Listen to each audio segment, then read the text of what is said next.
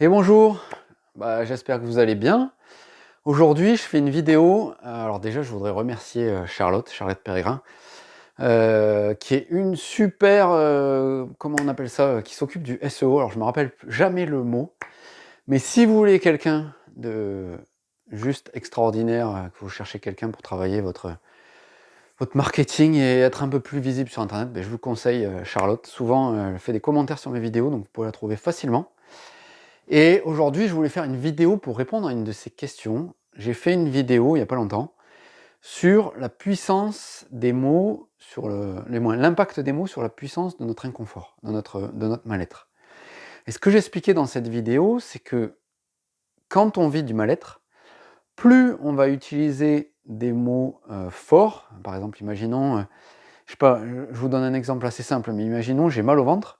Et je vous dis: «Ah mais cette douleur dans le ventre, elle est juste horrible, je la supporte pas, c'est insupportable», et d'ailleurs même je vous propose de faire l'exo, vous allez voir, c'est assez drôle. Si un jour vous avez une douleur, amusez-vous avec cette douleur, à commencer à utiliser des mots vraiment puissants, à dire: «Ah mais cette douleur, elle est vraiment insupportable, c'est super désagréable», et arrêtez-vous après et observez la douleur dans votre main ou je sais pas où, là où à l'endroit où vous aurez la douleur.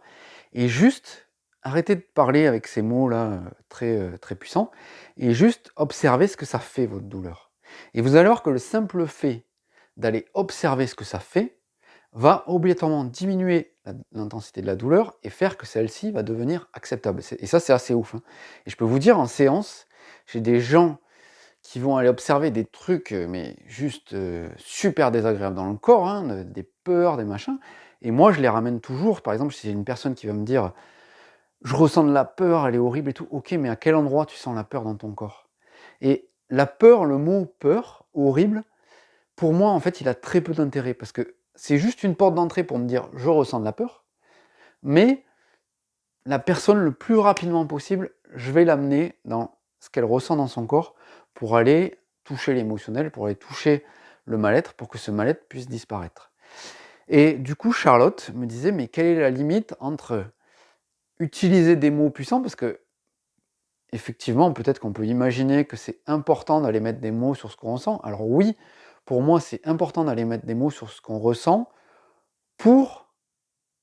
En fait, moi, quand j'ai des personnes en séance, je leur pose des questions, je leur demande de m'expliquer ce qu'elles ont vécu et tout. Mais en fait, l'histoire, c'est peut-être un peu dur à dire et tout ça, mais presque moi, c'est pas que je m'en moque, c'est ok, j'ai de l'empathie et tout ça, mais moi, quand j'écoute l'histoire d'une personne, je n'écoute pas l'histoire. J'écoute ce que ça provoque en elle de me parler de ça. Et la personne va me raconter ce qu'elle vit et tout, mais moi, ce que je vais chercher, c'est: OK, à quel moment je sens qu'il y a de l'émotionnel derrière? À quel moment je sens qu'elle se sent mal, la personne? Et là, à ce moment-là, au moment où je sens que la personne est mal, quand elle est en train de me parler de son vécu, là, direct, je vais lui dire: «OK, qu'est-ce que ça te fait dans ton corps?» Et là, on va aller dans l'émotionnel pour libérer l'émotionnel. Et ce qui va se passer, c'est que la personne, une fois qu'on aura été toucher l'émotionnel, l'histoire qu'elle va me raconter, je peux vous le dire, hein, je l'ai vécu des centaines de fois, ça ne sera plus la même. Et c'est pour ça que j'apporte très peu d'importance à ces mots comme, «C'est horrible ce que j'ai vécu, c'était insupportable, c'était insurmontable». Parce que le problème, c'est quand on dit ces mots-là: «C'était horrible ce que j'ai vécu, c'était insurmontable», en fait, on n'est pas connecté à son corps, on est connecté à son mental qui est en train de faire du jugement de ce qui est arrivé. Il y a aucun problème, hein, oui, il y a des trucs insupportables qu'on peut avoir vécu, mais indirectement, ce qui est la souffrance, elle n'est pas de ce... Et c'est ça qui est bizarre, elle n'est pas de ce qu'on a vécu, elle naît de notre interprétation et de ce qu'on ressent dans notre corps et de ce mal-être qu'on ressent dans le corps. Parce que vous pouvez avoir vécu les choses les plus horribles, si derrière vous êtes capable d'aller nettoyer l'émotionnel, vous allez pouvoir en parler de manière détachée et ne plus être impacté par ce qui vous est arrivé. J'ai des clients qui viennent me voir des fois quand ils me parlent de leurs problèmes, je peux vous dire, j'ai des trucs qui montent, ils se mettent à pleurer et tout, ils sont vraiment pas bien, ils sont dans une souffrance pas possible. Puis une fois qu'on a fait le nettoyage, ils me parlent du truc, mais avec un... presque comme si ça les concernait plus. Et du coup, pour répondre à Charlotte, est-ce qu'il faut à tout prix mettre des mots puissants sur ce qu'on a vécu? Moi, je crois que ça n'a pas vraiment d'utilité parce que, et je vais vous faire la corrélation par exemple avec la méthode de Vipassana, qui est une technique de méditation. On va rester 10 jours sans parler, sans... sans parler, sans regarder les gens, et en étant vraiment face à soi-même, et juste aller observer ce qui se passe dans le corps. Mais quand vous faites cette période de méditation, finalement, vous avez aucune discussion avec personne, vous n'avez aucun mot à donner sur ce que vous êtes en train de vivre, et pourtant vous allez avoir des trucs énormes qui vont vous monter, des images qui vont vous monter et tout, mais vous allez toujours revenir au corps. Toujours, et ce retour au corps va amener une libération. La simple observation de votre mal-être va amener une nouvelle vision de ce que vous avez vécu. Donc je pense que, et j'en suis même intimement convaincu, que finalement on n'a pas spécialement besoin de tous ces mots puissants pour aller mieux. Ce qu'on a besoin, c'est aller se reconnecter à notre corps, aller se reconnecter à notre mal-être, à notre souffrance intérieure, donc à ce qu'on vit à l'intérieur, pour aller l'observer et pour le libérer.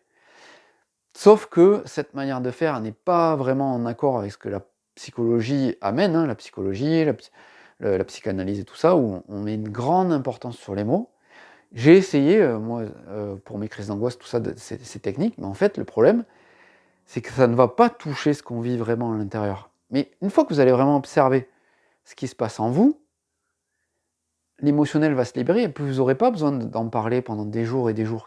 En fait, vous allez prendre de la distance avec ce que vous avez vécu. Et je crois que pour moi, c'est l'une des meilleures manières de faire. Après, j'ai pas la science infuse, je parle juste de mon expérience, de ce que j'ai vécu, de ce que j'ai essayé, de ce que j'ai expérimenté avec mes clients.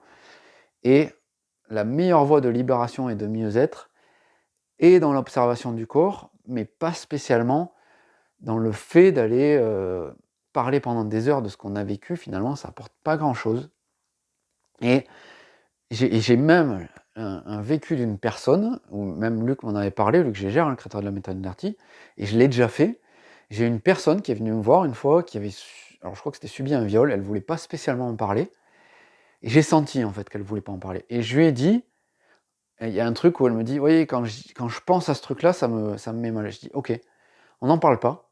Par contre, retenez l'image qui vous vient quand vous y pensez, et là maintenant, vous la notez cette image, on va lui donner un nom, donc on a juste donné un nom à l'image, et elle est partie direct dans l'émotionnel. Et on a fait la séance, cette personne-là ne m'a absolument pas parlé de son problème le temps qu'on a fait la libération.